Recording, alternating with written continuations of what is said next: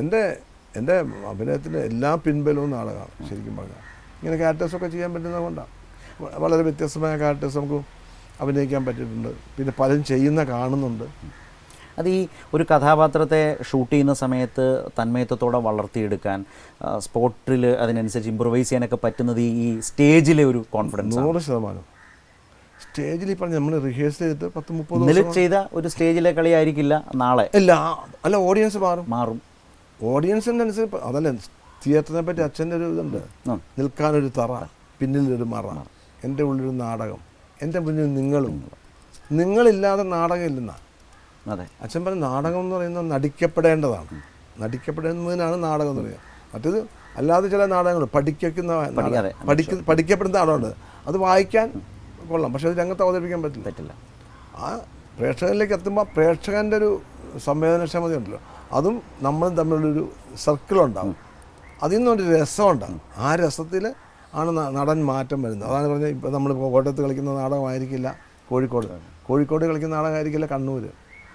പ്രേക്ഷകൻ നാടകമൊന്നായിരിക്കും, പക്ഷെ പ്രേക്ഷകൻ്റെ ഒരു നാടക സമീപനം വ്യത്യസ്തമാണ്. അപ്പോൾ ആ ഒരു നാടകാനുഭവത്തെ വളരെ സിനിമാറ്റിക് ആക്കി മാറ്റാൻ പറ്റിയിട്ടുണ്ട് ഇത്തരം കഥാപാത്രം. ഡെഫിനറ്റ്ലി. അല്ല, നാടകവും സിനിമയും ആക്ടിങ് രണ്ട് തന്നെയാണ്. അതെ, അതുകൊണ്ടാണ് ഞാൻ ചോദിച്ചത്. അതാണ് പറഞ്ഞത്. അതിൻ്റെ നാടകം എന്നൊക്കെ പറഞ്ഞാൽ നമുക്കൊരു 3 റോയ്ക്ക് അപ്പുറം നമ്മുടെ എക്സ്പ്രഷൻ ഒന്നും കാണില്ല. 90% ശബ്ദ നിയന്ത്രണം കൊണ്ടാണ് നാടകത്തിൽ. പിന്നെ നമ്മുടെ കഥാപാത്രങ്ങളെ വിശ്വസിപ്പിക്കുന്ന ശബ്ദ നിയന്ത്രണം കൊണ്ടാണ്. സിനിമയിലതല്ല. സിനിമയിലെല്ലാം ശബ്ദമുണ്ട്, കാലം എല്ലാം ഉണ്ടല്ലോ അതിനകത്ത്. അപ്പം അതിനകത്ത് പിന്നെ അവർക്ക് അതിന് അഡീഷണലായിട്ടൊന്നും വേണ്ട.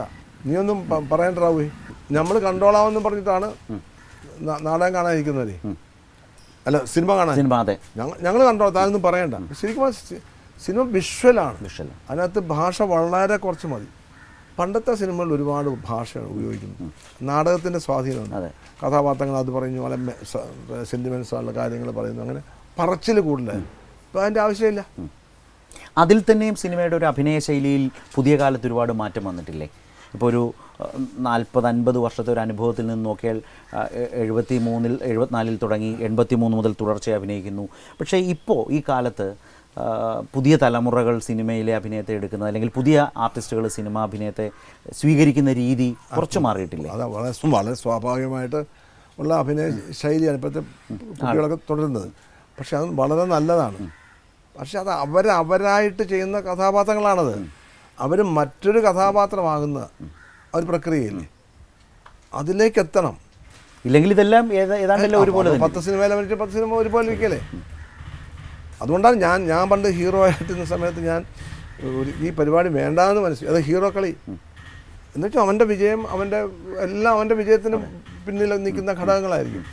അപ്പോൾ പ്രത്യേകിച്ച് ഒരു ക്യാരക്ടർ, എല്ലാം ഒരു ക്യാരക്ടർ തന്നെയായിരിക്കും.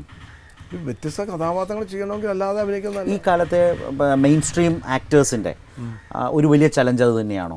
പുതിയ കഥാപാത്രങ്ങളായി മാറുക, നമ്മൾ മാറി നിൽക്കുക, നമ്മൾ മാറി നിന്നിട്ട് ആ കഥാപാത്രമായി ആ ഒരു ചലഞ്ച് നേരിടുന്നുണ്ടോ ഇന്നത്തെ പുതിയ കാലത്തെ ശ്രമിക്കുന്നുണ്ടായിരിക്കുന്ന ഫഹദൊക്കെ കുറച്ച് അങ്ങനെ ശ്രമിക്കുന്ന ഒരാളാണ്. പക്ഷെ അങ്ങനത്തെ ക്യാരക്ടേഴ്സ് ശ്രദ്ധിക്കുന്നുണ്ട്. ഫഹദ് ചെയ്യുന്ന ഒരാളാണ്. പിന്നെ അല്ല, ബാക്കിയെല്ലാം ഈ പറഞ്ഞ് എഴുതി വരുമ്പം നായകന് വേണ്ടിയിട്ടുള്ള നായകൻ നടന്നു കയറാൻ വേണ്ടിയുള്ള പടിക്കെട്ടുകളാകുക ബാക്കി കഥാപാത്രങ്ങളൊക്കെ. കഥയും അതുപോലെ തന്നെ വരും. അതിനൊരു കുക്കിംഗ് ഫീൽ ചെയ്യും. അത് പ്രേക്ഷകനും അങ്ങനത്തെ അതാണ് എൻ്റർടൈൻമെൻ്റ് എന്ന് പറയുന്ന വിഭാഗത്തിൽ പെടുന്നതാകുമ്പോൾ ഈ പറഞ്ഞ കുഴപ്പങ്ങളൊക്കെ ഉണ്ടാകും.